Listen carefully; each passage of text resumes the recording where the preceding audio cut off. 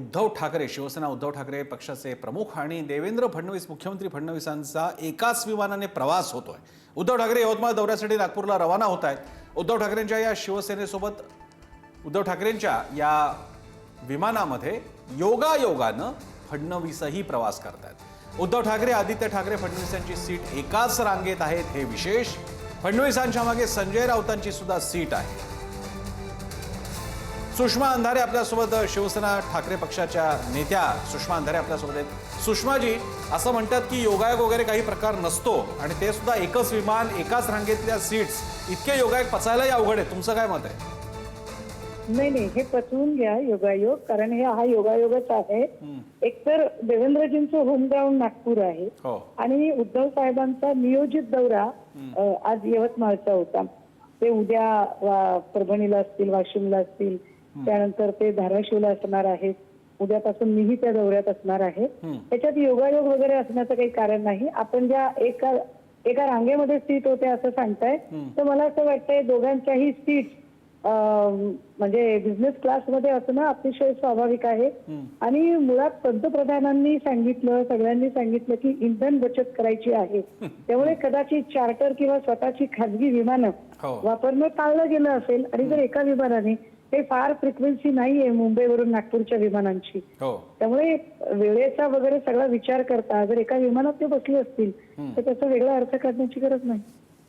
धन्यवाद सुषमाजी, आपल्या या सविस्तर प्रतिक्रियेसाठी. वेगळा अर्थ काढायची गरज नाही. एकाच विमानातून प्रवास केला असेल, मात्र असे अनेक योगायोगच भविष्यातल्या विशेष योगांसाठीची पार्श्वभूमी ठरवतात आणि त्यामुळे आपण बघूयात यातून पुढे काय होतं.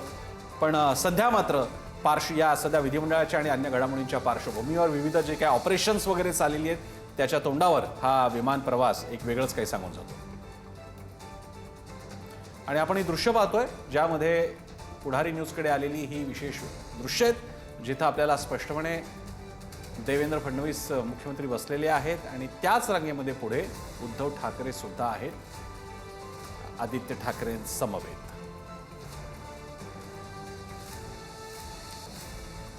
आपल्याला अनेकदा एलिव्हेटर पिच नावाचा शब्द नम्रता तू ऐकला असशील की तुम्हाला काही विषय मांडायचा असतील आणि तुम्ही अपघातानं किंवा योगायोगानं लिफ्टमध्ये भेटलात तर तुम्ही थोडक्यात तुमचा मुद्दा मांडायचा असतो.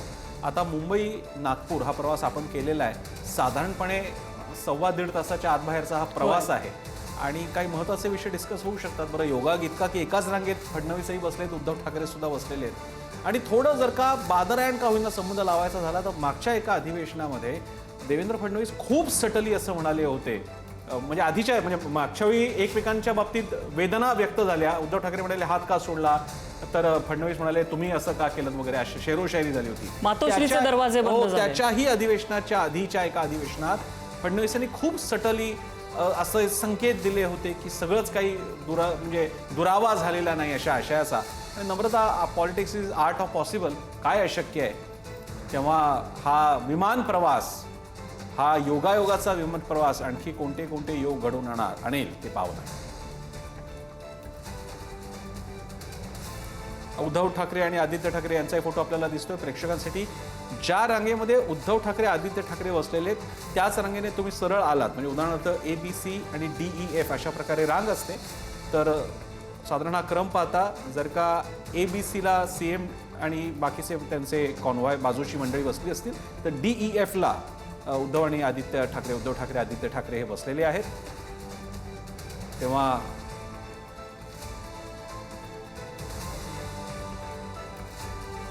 या विमान प्रवासाचा असाही